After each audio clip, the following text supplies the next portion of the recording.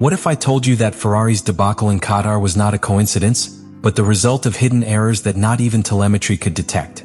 Today we reveal how Hamilton engineers uncovered the biggest technical failure of the year, and what that means for the future of Ferrari.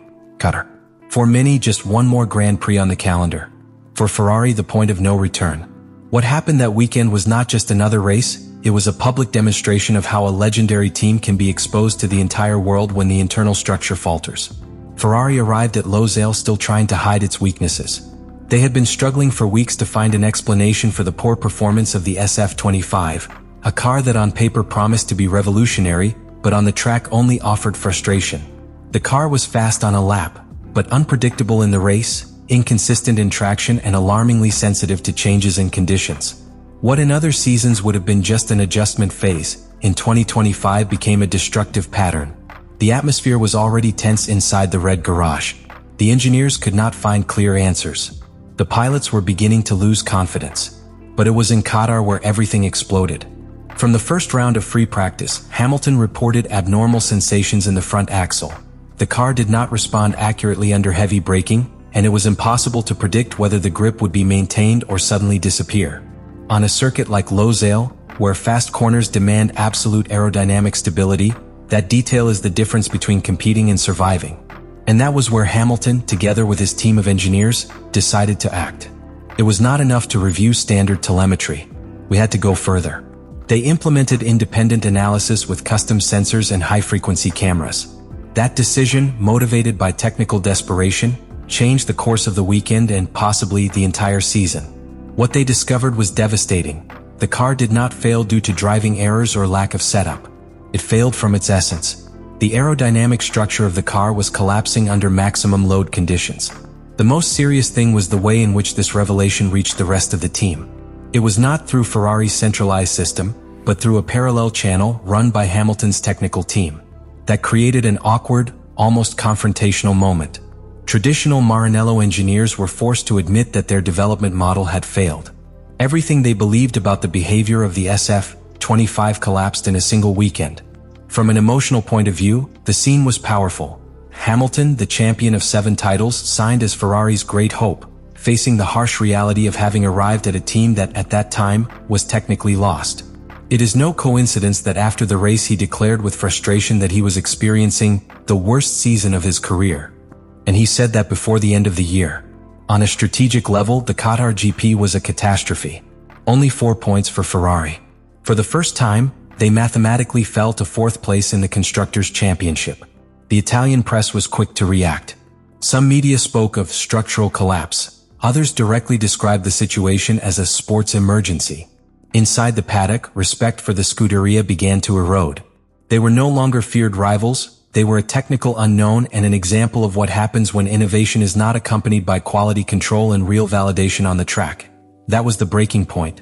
Not only because of the result, but because it exposed what Ferrari had tried to minimize, that the SF25 project was born with basic errors, and that not even the arrival of one of the best drivers in history could disguise it.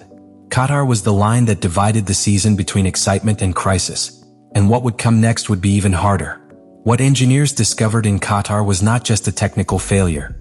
It was an anomaly that redefined Ferrari's entire understanding of its car. And the most disturbing thing was that, until that moment, they didn't even know it existed. We are talking about a subtle phenomenon, imperceptible to the naked eye and even more difficult to detect with conventional analysis methods. Aerodynamic micro-oscillations that appeared at key moments of driving, just when the car should be more predictable, more precise, more efficient. Lewis Hamilton felt that the car was behaving erratically just when entering fast corners, especially during the trail braking process, that critical phase where the driver brakes while turning to maximize entry speed. At that moment, the SF25 collapsed. There was no stability in the front axle. The car seemed to lose downforce without warning, as if the airflow was intermittently broken. Traditional sensors did not provide any alerts. Nothing out of the ordinary. But the behavior on the track did not match the data. It was then that Hamilton's team, with years of experience dealing with anomalies at Mercedes, proposed an alternative approach. They installed high-frequency sensors at specific points on the car and used ultra-fast video cameras to capture chassis deformations in real time. That decision was key. What the new data revealed was disconcerting. Under certain G-load conditions, especially in fast corners and at high speed, the flat bottom of the SF25 began to flex subtly but enough to completely alter the airflow behavior. That bending was not uniform. It created small areas of negative pressure that interrupted laminar flow, generating localized turbulence. In practical terms, the car entered a zone of aerodynamic instability just when it most needed to be stable. This phenomenon generated an intermittent loss of front load that not only affected the car's grip, but also completely destabilized the balance between the axles.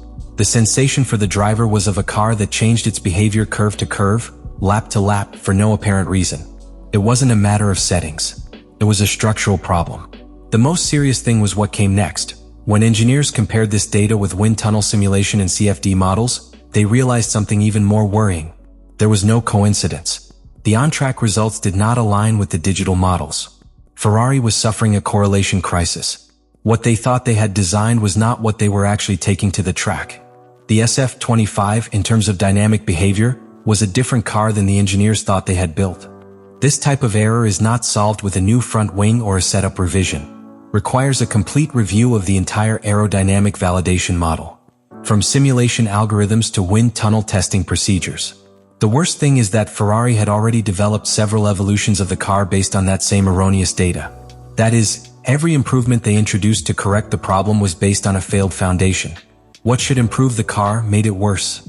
For Hamilton, this finding was a bitter confirmation. What I felt on the track was not an exaggeration. It was a structural failure that had been creeping in since the preseason. And for Ferrari, it meant facing an uncomfortable truth. Its internal technology, no matter how advanced it seemed, was blind to certain real phenomena that only a driver with Hamilton's sensitivity and experience could clearly detect. These types of mistakes don't just destroy a career, they destroy a season. Because while a rival team like McLaren adjusts tents with surgical precision, Ferrari was trying to build speed on unstable ground. Literally, the invisible had become the prancing horse's greatest enemy. The front axle, although complex, was not the worst problem. The real catastrophe came from the rear axle.